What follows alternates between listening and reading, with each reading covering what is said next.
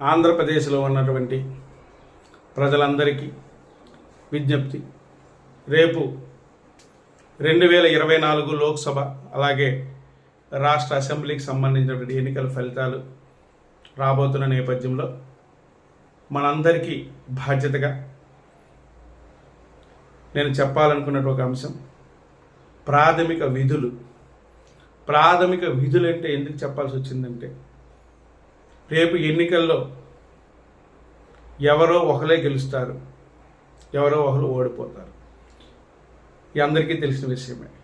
అయితే ఇక్కడ ప్రస్తుతం ఉన్నటువంటి పోటాపోటీ ఉన్న నేపథ్యంలో గ్రామ స్థాయిలో కానీ పట్టణ స్థాయిలో కానీ ఎక్కడ కానీ తీవ్రమైనటువంటి ఉద్రిక్తత పరిస్థితులు మనకు కనిపించే ఆల్రెడీ ఇంతకుముందు.